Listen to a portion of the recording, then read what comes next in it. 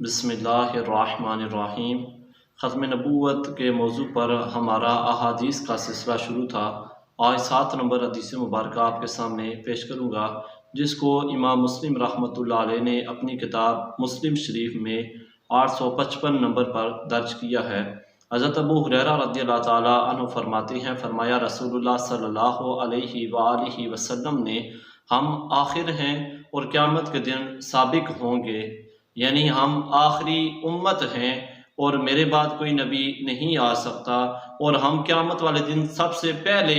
ہوں گے، یعنی امت میں سے سب سے ہماری جو امت ہے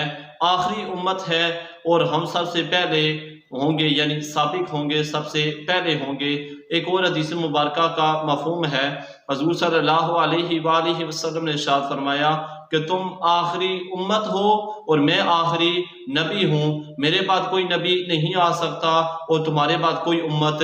نہیں آ سکتی، یعنی امت محمدیہ آخری امت ہے اور حضور صلی اللہ علیہ وآلہ وسلم آخری نبی ہیں، آخری رسول ہیں۔ حضور صلی اللہ علیہ وآلہ وسلم کے بعد نہ کوئی نبی آ سکتا ہے اور نہ کوئی رسول آ سکتا ہے، اور اگر کوئی نبوت کا دعویٰ کرتا ہے تو وہ کافر ہے، مرتد ہے، اور جو اس کے دعوے کو تسلیم کرتا ہے، یعنی اس کو مان لیتا ہے نبی، تو وہ بھی اس کے ساتھ کافر ہو جاتا ہے، مرتد ہو جاتا ہے۔ تو اس وجہ سے ہم کو یہ معلوم ہونا چاہیے کہ ہم آخری امت ہیں اور حضور صلی اللہ علیہ وآلہ وسلم آخری نبی ہیں۔ اللہ تعالیٰ کی بارگاہ میں دعا ہے کہ جو سنا سنایا اس پر عمل کرنے کی توفیق عطا فرمائے۔